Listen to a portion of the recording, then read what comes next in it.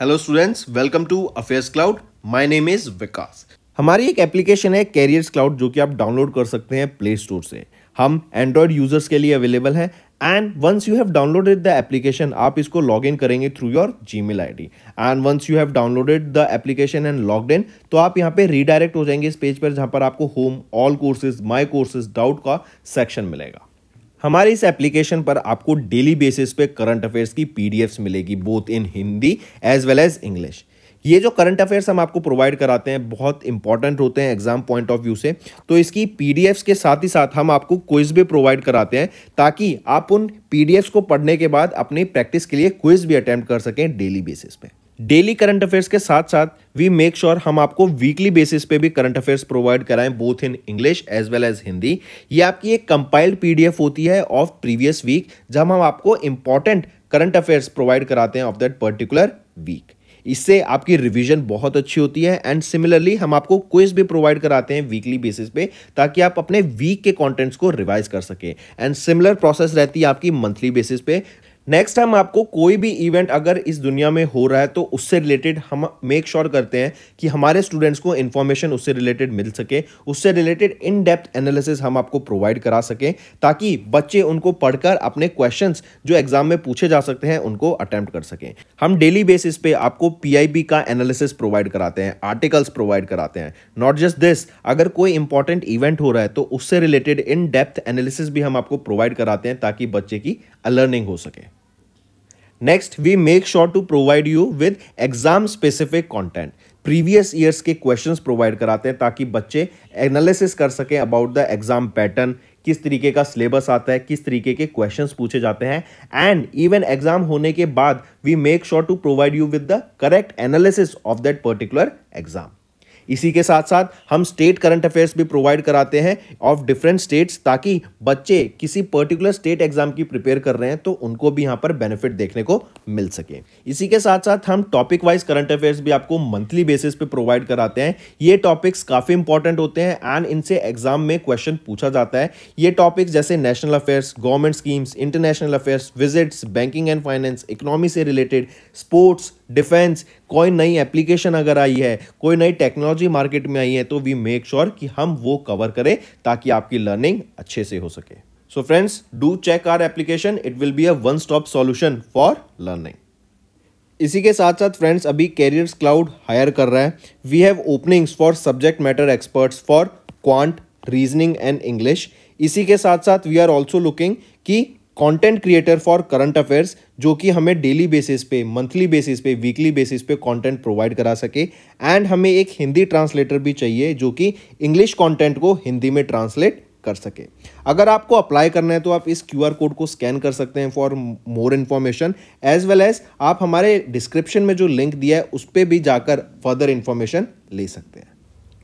Hello everyone, तो आज की वीडियो में 31 मार्च के इंपॉर्टेंट करंट अफेयर्स डिस्कस करेंगे। काफ़ी हेल्पफुल सेशन रहेगा, नोट्स ज़रूर बना के चलना, काफ़ी कुछ सीखने को मिलेगा। चलिए स्टार्ट करें। पहला क्वेश्चन है, काफ़ी इंपॉर्टेंट है। पहला क्वेश्चन कह रहा है, India renewed agreement to export electricity to which country for 3 months। जून के महीने तक, जून 2024 तक इलेक्ट्रिसिटी एक्सपोर्ट करने की बात करी। इंडिया एक्सपोर्ट करेगा किस कंट्री को? नेपाल को। तो इंडिया एक्सपोर्ट करेगा नेपाल को। कितनी इलेक्ट्रिसिटी एक्सपोर्ट करने की बात की गई? 554 मेगावाट्स यहां पर इलेक्ट्रिसिटी एक्सपोर्ट करने की बात की गई। 6 बजे से लेके 6 AM से लेके 6 PM के बीच में ये अमाउंट एक्सपोर्ट करा जाएगा। Right, take a note of this. And अभी रिसेंटली ये रिक्वेस्ट की गई थी नेपाल इलेक्ट्रिसिटी अथॉरिटी के द्वारा कि उनको यहां पर बेसिकली इनके साथ इंडिया का और नेपाल का जो कॉन्ट्रैक्ट था 31 मार्च को एक्सपायर हो रहा था।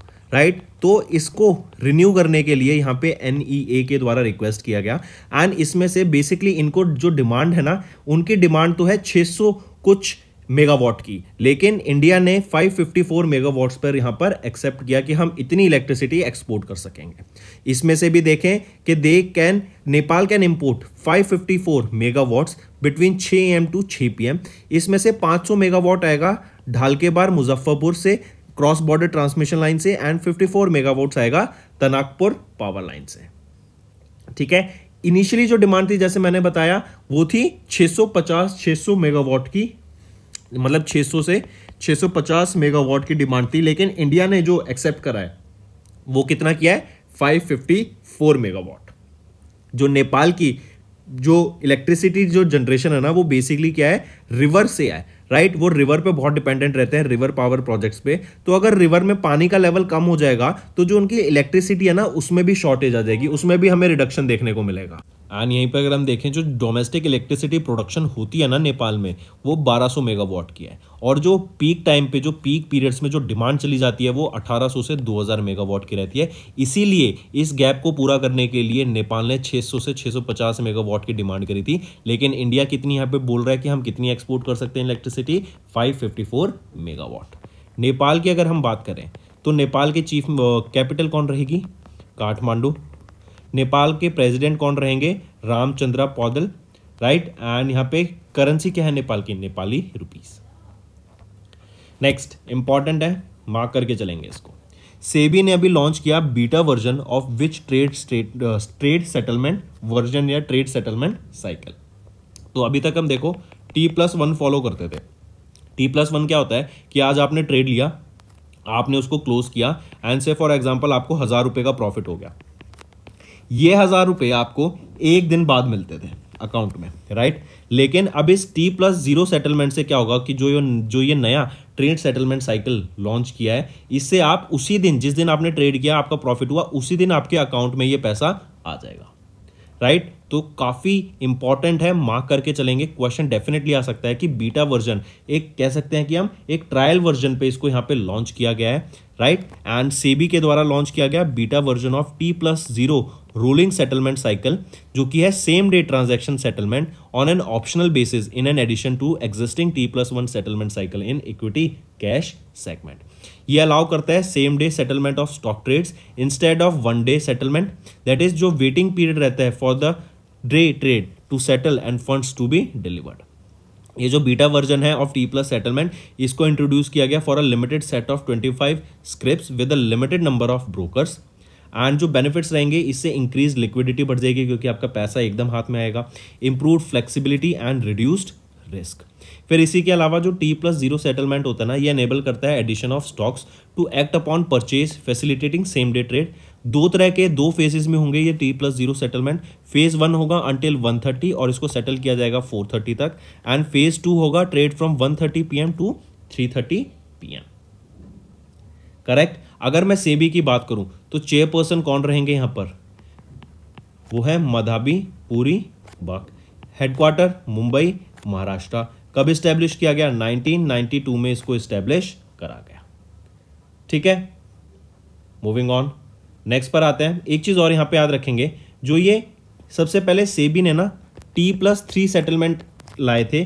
कब लाए थे, 2002 में। पहले T+5 सेटलमेंट होता था, फिर T+2 हुआ, T+3 हुआ, फिर T+3 से T+2 हुआ 2003 में, राइट। फिर T+1 हुआ 2021 में, राइट। और अब इसको वापस से T+0 लाने की बात की गई।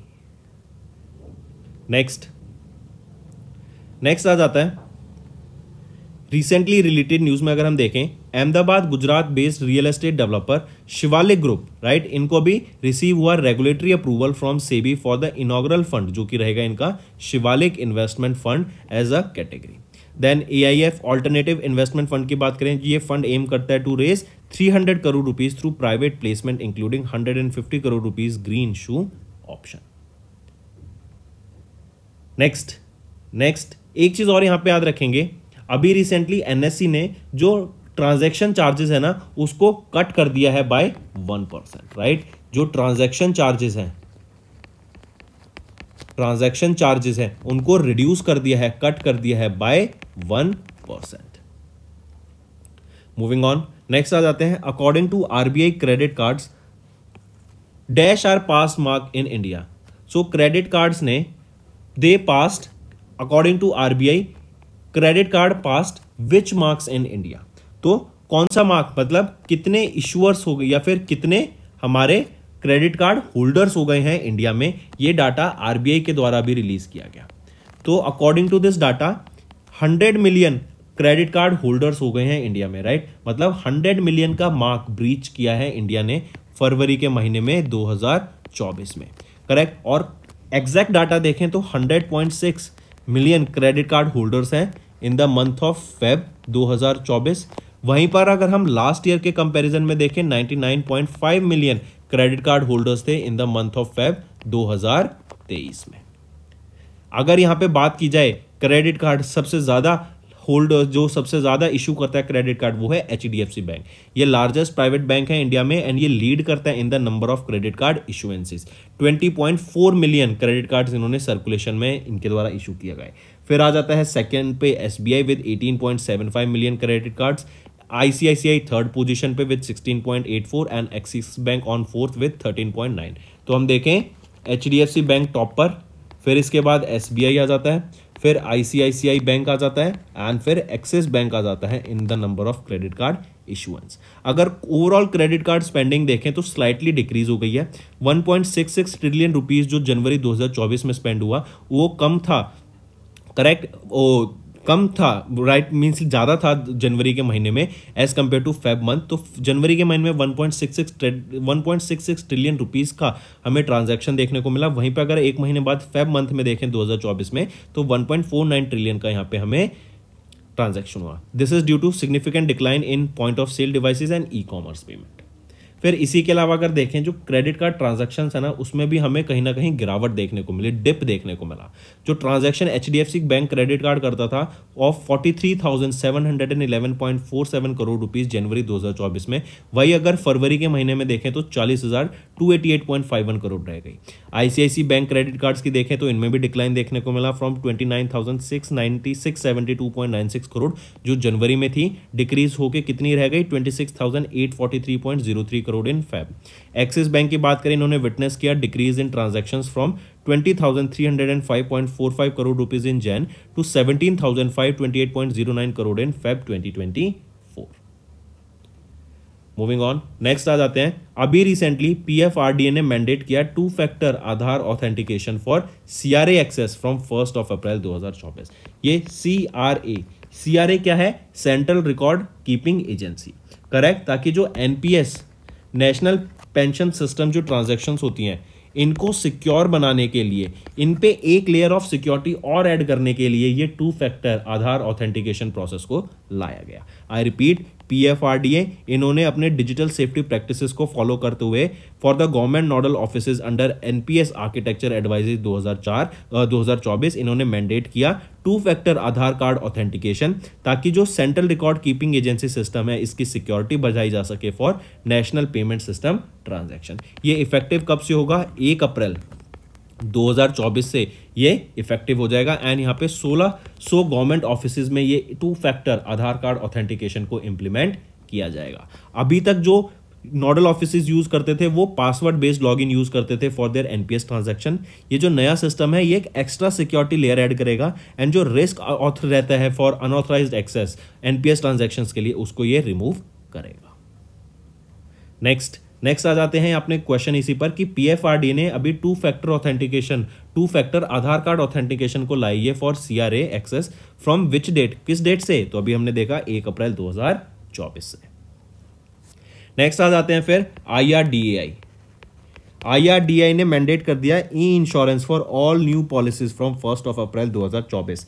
जो भी नई पॉलिसीज आएंगी अब वो इलेक्ट्रॉनिक फॉर्मेट में आएंगी, राइट, वो सारी अब इलेक्ट्रॉनिक फॉर्मेट में आएंगे। आई रिपीट, IRDAI ने मैंडेट किया that all insurance policies should be issued in an electronic form with effect from 1 April and this is similar to how जो हम शेयर्स होल्ड करते हैं अपने डीमेट अकाउंट में, सिमिलर टाइप से हम पॉलिसीज भी होल्ड करेंगे, correct, and in their e insurance account, right. जैसे हम डीमेट अकाउंट में अपने शेयर्स होल्ड करते हैं ऐसे ही ई इंश्योरेंस अकाउंट में इंडिविजुअल्स अपने जो पॉलिसी रिकॉर्ड्स हैं उनको सेव कर सकेंगे। जैसे देखें जो process of acquiring and managing insurance policies electronically तो उसको ई इंश्योरेंस कहते हैं and the insurance plans of an individual will be collectively recorded in his E insurance account, right. E insurance जो ये होता है इलेक्ट्रॉनिकल इंश्योरेंस, इसको 2013 में लॉन्च किया गया था, करेक्ट, ताकि पॉलिसीज को डिजिटली मेंटेन किया जा सके। एंड 4 इंश्योरेंस रेपोजिटरीज हैं अभी एज ऑफ नाउ। पहली है CAMS इंश्योरेंस रेपोजिटरी, दूसरी आ जाती है कार्वी, इंश्योरेंस रेपोजिटरी, तीसरी है NSDL database management limited repository, और चौथी आ जाती है आपकी CIR जो कि है central insurance repository of India limited. ठीक है, फिर इसी के साथ साथ जो ये ई इंश्योरेंस अकाउंट है इनका डुप्लीकेशन ना हो सके, इसीलिए ITREX, ये क्या है ITREX, ये एक ताकि जो ई अकाउंट्स हैं उनकी डुप्लीकेसी ना हो सके, इसीलिए इनके द्वारा एक इंडस्ट्री सर्विस लॉन्च की गई ITREX के द्वारा। किसके द्वारा रिलीज की गई थी ये IRDAI के द्वारा रिलीज की गई थी। अगर IRDAI की बात करें तो देवाशीष पांडा यहाँ पे चेयरपर्सन रहेंगे, हैदराबाद तेलंगाना हेडक्वार्टर रहेगा, एंड 1999 में इसको इनकॉर्पोरेट करा गया। Next, which countries are among the top importers of Indian engineering goods? तो UAE, Russia and Saudi Arabia, ये वो 3 कंट्रीज हैं जो कि टॉप इंपोर्टर्स हैं ऑफ इंडियन इंजीनियरिंग गुड्स। ठीक है, अगर इनका डाटा देखा जाए यहां पर तो ये रिलीज किया गया EEPC के द्वारा। ये EEPC क्या है? Engineering export promotion council. इन्होंने अभी एनालिसिस दिया कि जो इंडिया का हम इंजीनियरिंग गुड्स एक्सपोर्ट हैं वो अगर हम देखें फॉर अप्रैल टू फरवरी 2023-24 तो वो इंक्रीज हो गया, राइट। एंड यहां पर Russia, UAE and Saudi Arabia ये टॉप इंपोर्टर्स हैं of Indian engineering goods, correct. And अगर हम टोटल ग्रोथ में देखें तो वैसे तो अगर ओवरऑल ग्रोथ देखें वहीं कहीं ना कहीं हमारा एक्सपोर्ट डिक्लाइन हुआ है, लेकिन जो इंडियन इंजीनियरिंग गुड्स है, राइट, उसमें हमें ईयर ऑन ईयर 1.23% की ग्रोथ देखने को मिली, राइट। तो इंडियन इंजीनियरिंग प्रोडक्ट का जो एक्सपोर्ट हुआ वो 1.23% से इंक्रीज हो गया ईयर ऑन ईयर। अगर रशिया के प्रोडक्ट्स देखें, मतलब रशिया में जो हम एक्सपोर्ट करते हैं वहां पर हमें 99% का इंक्रीज देखने को मिला टू $1.22 बिलियन।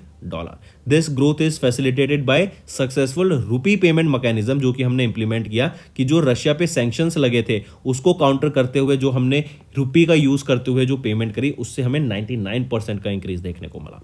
अगर UAE में एक्सपोर्ट देखें तो 16% से बढ़ गया to $5.22 billion, making it the second largest exporter of Indian engineering goods. वहीं पे सऊदी अरेबिया की बात करें तो 75% का इंक्रीज देखने को मिला विद $4.62 बिलियन एक्सपोर्ट, जो कि थर्ड लार्जेस्ट मार्केट बन जाता है। एंड इंडिया का export of engineering goods to Australia बात देखें तो वहां पे भी हमें 5% का इंक्रीज देखने को मिला टू $1.3 बिलियन। नेक्स्ट पे आ जाते हैं, किस ऑर्गेनाइजेशन ने रिसीव किया इंडिया का पहला ESI परफॉर्मेंस स्टैंडर्ड सर्टिफिकेशन? तो वो रहेगा बाल्को। ये बाल्को क्या है? Bharat aluminium company limited. ये Vedanta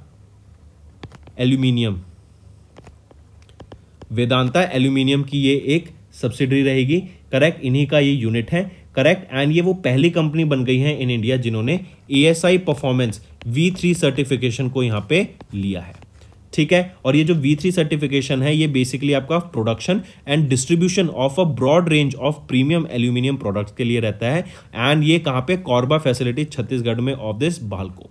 Bharat aluminium company limited को अभी पहले ESI aluminium stewardship initiative ESI performance standard V3 certification से सम्मानित किया गया। एंड बाल्को को ही लास्ट ईयर V2 सर्टिफिकेशन से भी सम्मानित करा गया था, याद रखेंगे, ठीक है। तो V3 सर्टिफिकेशन अभी बाल्को को मिला जो कि एक वेदांता का ही यूनिट है।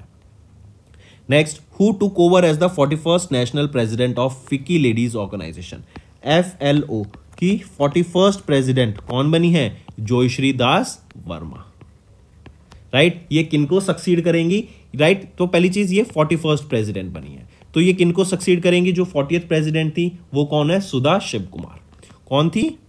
सुधा शिव कुमार, राइट। ये 40th प्रेसिडेंट थी FLO की 2023 से 2024 के लिए, और 2024 से 2025 के लिए भी कौन अपॉइंट की गई हैं? सुधा जोयश्री दास वर्मा। फिर यहीं पे याद रखेंगे इनके टेन्योर के लिए, ये आप देख सकते हैं पिक्चर जोयश्री दास वर्मा जी की। इनके टेन्योर का जो थीम रहेगा 24-25 के लिए, वो क्या थीम रहेगा? वो है collective vision, collective action, right. And Joyshree Das Verma ये सक्सीड करेंगे सुधा शिव कुमार जो कि 40th प्रेसिडेंट थी FLO की। And before this appointment Joyshree Das Verma इन्होंने सर्व किया as the national senior vice president of FICCI ladies organisation. ये FLO जो है ये वीमेन विंग है फिक्की का, एंड ये oldest women led and women centric business chamber आ जाता है in South East Asia, correct. FICCI की बात करें तो भी हमने देखा प्रेसिडेंट कौन बनी है, जॉयश्री दास वर्मा। हेडक्वार्टर न्यू दिल्ली में रहेगा, 1983 में इसको एस्टेब्लिश करा गया। नेक्स्ट आ जाते हैं बासीराव दियोमाय फाई, इनको इलेक्ट किया गया as the president of Senegal. ये सेनेगल के अभी रिसेंटली प्रेसिडेंट बने हैं एंड ये 5th प्रेसिडेंट बने हैं सेनेगल के। 24 मार्च को इनका इलेक्शन हुआ था एंड ये 54.28% वोट से यहाँ पे विजेता रहे एंड ये 5th प्रेसिडेंट बन गए हैं सेनेगल के। मूविंग ऑन, नेक्स्ट आ जाता है रिलायंस इंडस्ट्रीज लिमिटेड ने अभी 50 करोड़ लगाकर 26% स्टेक बाय किया इन Adani's Madhya Pradesh power project, right. And यहाँ पर अगर हम देखें तो मध्य प्रदेश का जो हम ये देख रहे हैं, रिलायंस इंडस्ट्रीज लिमिटेड ने 50 करोड़ रुपए इन्वेस्ट किए, 26% स्टेक लिया इन 500 megawatt of electricity produced by the facility for captive use, right. And ये महान इंजीनियरिंग है, महान एनर्जन, ये कंपनी है अडानी ग्रुप की, राइट। इनमें यहां पे इन्होंने स्टेक लिया है, राइट, और 26% का स्टेक था 50 करोड़ रुपए के लिए। मूविंग ऑन, वॉरबाग पिनस्कस, इन्होंने अपना एंटायर 2.5% स्टेक सेल कर दिया है in IDFC first bank. I repeat, Warburg Pincus, इन्होंने 2.5% स्टेक अपना सेल कर दिया है in IDFC first bank for 1195 crore rupees through open market transaction. ये वॉरबैग पिनकस इन्होंने एचडीएफसी बैंक का जो शेयर है ये आपका बीएससी पे सेल किया through affiliated Cloverdale investment limited, right. कितना? अपना 2.25% स्टेक सेल किया। फिर आईडीएफसी फर्स्ट बैंक की बात करें, managing director and chief executive officer यहां पर कौन रहेंगे? वी वैद्यनाथन। मुंबई महाराष्ट्र में हेडक्वार्टर, 2008 में इसको एस्टेब्लिश किया गया। ऑलवेज यू फर्स्ट, ये यहां पे टैगलाइन रहेगी आईडीएफसी बैंक की। नेक्स्ट आ जाता है आईसीआईसीआई सिक्योरिटीज, इन्होंने खुद को डीलिस्ट कर दिया है एंड इन्होंने मर्ज करने की बात की गई with ICICI bank. I repeat, ICICI securities इनको रिसीवेबल मिल गया फ्रॉम देयर शेयर होल्डर्स ताकि ये डीलिस्ट हो सके देयर शेयर्स को एंड ये मर्जर अपना आईसीआईसीआई बैंक के साथ प्रोसीड कर सकें, जो कि पेरेंट कंपनी है एंड मेन शेयर होल्डर रहेगा। जो ये डीलिस्टिंग मोशन है इसने रिसीव किया 71.9% of the votes in the favour, correct. And apart from this, as of March, ICICI bank they hold रफली 75% stake in ICICI securities. Next आ जाता है लुइस कैमरॉन, ये वो पहले ब्लैक मैन थे जिन्होंने ऑस्कर अवार्ड जीता फॉर बेस्ट सपोर्टिंग एक्टर, जिनका भी रिसेंटली निधन हो गया at the age of 87 in California USA, right. Louis Cameron junior, ये वो पहले ब्लैक मैन बने गए थे to win Oscar for best actor in supporting role and इन्होंने 1983 में ऑस्कर जीता for his performance in an officer and a gentleman, right. And यहीं पे याद रखेंगे लुइस कैमरॉन 1936 में इनका जन्म हुआ था ब्रुकलिन यूएसए में, ब्रुकलिन न्यूयॉर्क में। इनको एमी अवार्ड से सम्मानित किया गया था for movie Roots in 1977। Next आ जाते हैं international day of zero waste, 30 मार्च को ऑब्जर्व करते हैं। इस बार हमने सेकेंड एडिशन ऑब्जर्व किया, पहला एडिशन 2023 में ऑब्जर्व किया गया था 30 मार्च को। And international day of zero waste basically ये ऑब्जर्व किया जाता है UNEP, United Nation environment programme and UN Habitat के द्वारा, राइट। इनके द्वारा ये इवेंट ऑब्जर्व कराया गया इसका। एंड बेसिकली पहला जो हमने देखा 2023 में हुआ था एंड ये जो जैसा नेम सजेस्ट कर रहा है जीरो वेस्ट, हमें वेस्ट नहीं फैलाना चाहिए एंड वेस्ट हम देख रहे हैं कि ग्लोबली वेस्ट बढ़ता ही जा रहा है, करेक्ट। इवन आप देखेंगे तो पहला जो था 30 मार्च को एंड इसके लिए जो रेजोल्यूशन प्रपोज किया गया था वो टर्की के द्वारा किया गया था एंड स्पॉन्सर्ड बाय 105 कंट्रीज। फिर अगर यहाँ पे GWMO, ये GWMO क्या है? Global waste management outlook, right. इन्होंने रिपोर्ट रिलीज की beyond an age of waste turning rubbish into resources. ये बताता है कि more than third of the world's population they are living with solid waste. Around 2.7 billion people global south में ऐसे हैं and in developing regions ऐसे हैं that do not have their waste collected, right. And the global average waste collection is just 75%. Only 61 to 62% of the municipal solid waste being managed is controlled facilities. फिर waste बढ़ता जा रहा है। Even यहाँ पर अगर हम देखें तो एक डाटा रिलीज किया गया जो बताता है कि जो वेस्ट हम अभी 2.3 बिलियन टन्स ऑफ वेस्ट हम जो जनरेट कर रहे हैं 2023 में, ये बढ़कर 3.8 बिलियन टन्स होने वाला है बाय 2050।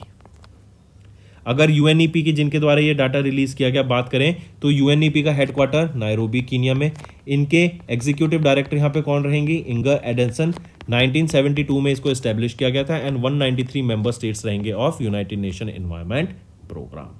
तो दोस्तों ये था हमारा आज का इंपॉर्टेंट सेशन। अब आ जाते हैं कुछ रिवीजन पार्ट पर जो कि आपके लर्निंग में काफी हेल्प करेगा।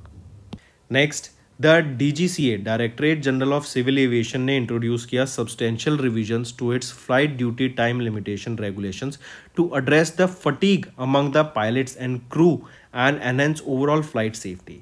तो डीजीसीए के द्वारा अभी इंक्रीज कर दी गई जो मैंडेटरी वीकली रेस्ट पीरियड है for flight crew to 48 hours, जो कि पहले 36 आवर्स था। Next, Indian army has officially declared 2024 as the dash year. तो इंडियन आर्मी ने ऑफिशियली डिक्लेयर किया ईयर 2024 को as the year of technology absorption. ठीक है। Next, in January 2024 dash became the first international organisation for standardisation IEC 27001 2022 certified petrochemical organisation in India. तो वो है Haldia petrochemicals limited, right. और ये जो सर्टिफिकेशन है it was awarded by UK based certification body BSI, जो कि है British standards institution, in a ceremony जो कि कोलकाता वेस्ट बंगाल में हुई। Next, which tiger reserve have recently designated as the India का पहला dark sky park and Asia का 5th park for promoting the night sky.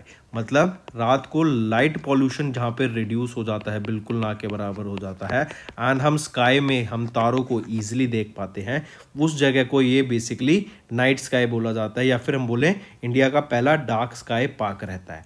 तो ये कहाँ पर किसको बनाया गया? अभी ये है पेंच टाइगर रिजर्व जो कि महाराष्ट्र में है। ये इंडिया का पहला, इंडियाज फर्स्ट एंड एशिया का 5वां डार्क स्काई पार्क रहेगा, राइट। पेंच टाइगर रिजर्व जो कि महाराष्ट्र में है।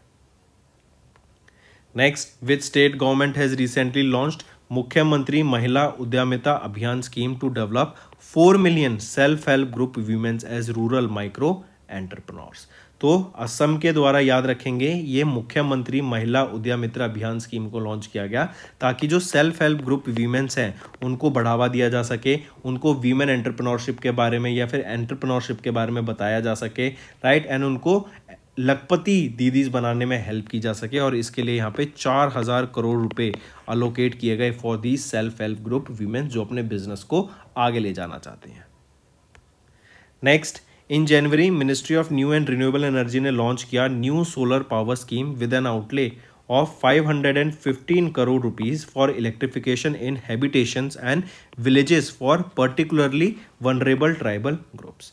तो ministry of new and renewable energy ने लॉन्च किया new solar power scheme with an outlay of 515 crore रुपए for the electrification and in villages of particularly vulnerable tribal groups, right. और इस स्कीम को लॉन्च किया गया for the tenure expanding from financial year 24 से लेके फाइनेंशियल ईयर 26 तक। Next आ जाता है union minister of defence Rajnath Singh ने अप्रूव किया proposal to launch group term insurance scheme for casual paid labours जो कि एंगेज किए गए हैं बाय बॉर्डर रोड ऑर्गेनाइजेशन या फिर जनरल रिजर्व इंजीनियर फोर्स के द्वारा। ये जो स्कीम है ये प्रोवाइड करेगी 10 लाख रुपए का insurance to CPL casual paid labours की फैमिलीज या फिर next of kin in case of their death. अगर उनकी डेथ हो जाती है तो उनको 10 लाख रुपए उनकी फैमिली मेंबर्स को यहाँ पे मिलेंगे under this insurance scheme. Next आ जाते हैं according to recent NITI Aayog से रिपोर्ट जो कि है national multi dimensional poverty a progress review, ये रिलीज की गई जनवरी 2024 में। एंड यहाँ पे बताया गया dash individuals emerged from multi dimensional poverty between 2013-14 से 22-23 के बीच में। मतलब फिस्कल ईयर 2014 से फिस्कल ईयर 23 के बीच में कितने लोग ऐसे हैं जो कि पॉवर्टी से बाहर आए। तो ये डाटा बताता है कि ऑलमोस्ट 24.82 करोड़ लोग ऐसे हैं जो पॉवर्टी से बाहर आए। मैक्सिमम लोग हैं यूपी से जो कि आ जाते हैं 5.94 करोड़ लोग। इसके बाद बिहार के बाद मध्य प्रदेश, राइट। एंड यहाँ पे बताया जाता है कि इतने लोग हमारे पॉवर्टी से बाहर आए एंड ये डाटा नीति आयोग के द्वारा रिलीज किया गया है। Next, national highways authority of India ने लॉन्च किया one vehicle one FASTag initiative.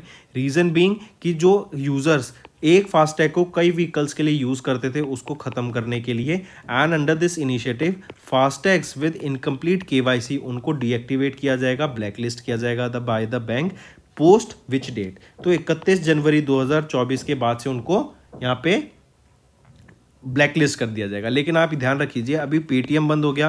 पहले मोस्ट ऑफ द टैग्स आपके पेटीएम के होते थे, अब पेटीएम पर ही एचडीएफसी अपना खुद का फास्टैग प्रोवाइड करा रहा है, तो आप वो भी ले सकते हैं।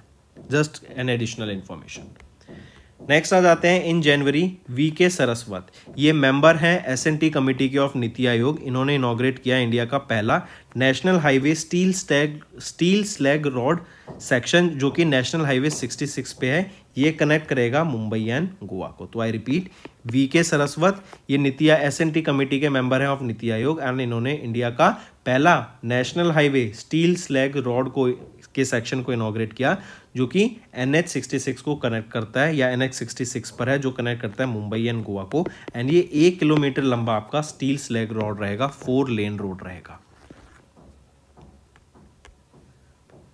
नेक्स्ट, अभी IMD इंडिया मीटियोलॉजिकल डिपार्टमेंट का 150वां फाउंडेशन डे हमने सेलिब्रेट किया, एंड IMD ने डेवलप किया एक in house web GIS system, web geographic information system based integrated decision support system, जिसका नाम है WAFES, weather analysis and forecast enabling system. तो राइट ऑप्शन इसकी डायरेक्टली हमसे इस WAFES की फुल फॉर्म पूछी गई थी। तो ये क्या है, जो कि 150वें foundation day of IMD launch किया गया था, यह है weather analysis and forecast enabling system. ठीक है, नेक्स्ट है हमारा होमवर्क सेक्शन। नेक्स्ट है पहला, where was the world's first Om shape temple inaugurated. दूसरा, Tantalum, a rare metal which was discovered in which river? Third, what are cicadas? ये भी news में देखेगा ये क्या है। फोर्थ, रिसेंटली किस ऑर्गेनाइजेशन ने लॉन्च किया है एक नया नेटवर्क फॉर कोरोना वायरस, जो कि है कोविनेट। एंड पांचवा, which space company has successfully test fired Kalam 250 at the propulsion test bed of ISRO. तो ये 5 आपके होमवर्क क्वेश्चंस रहेंगे फ्रेंड। मैक्सिमम टू मैक्सिमम मुझे पार्टिसिपेशन चाहिए सभी बच्चों से जो ये वीडियो देख रहे हैं। That's all for the day, friends. I hope you enjoyed the session, and you can follow us on the YouTube channel, as well as apart from YouTube channel, you can go and follow us at Affairs Cloud Telegram channel. And if you have any queries related to the content or the of courses offered to you or the payment which you did on the application, you can contact us on the number provided, that is 7677333862. Apart from this, friends, you can follow us on the Facebook as well as on Instagram handle, that is affairscloud_official. In the end, friends, if you use a code that is Vikas10, you will be getting an additional extra 10% discount by using this code Vikas10. Also, if you have any problem regarding the course purchase, any problem regarding to our application, you can contact us on the mobile number, that is 9677333862. And if you want to mail us, you can also mail us on support@affairscloud.com, and I assure you that our representative from us will be contacting you soon and resolving your issue.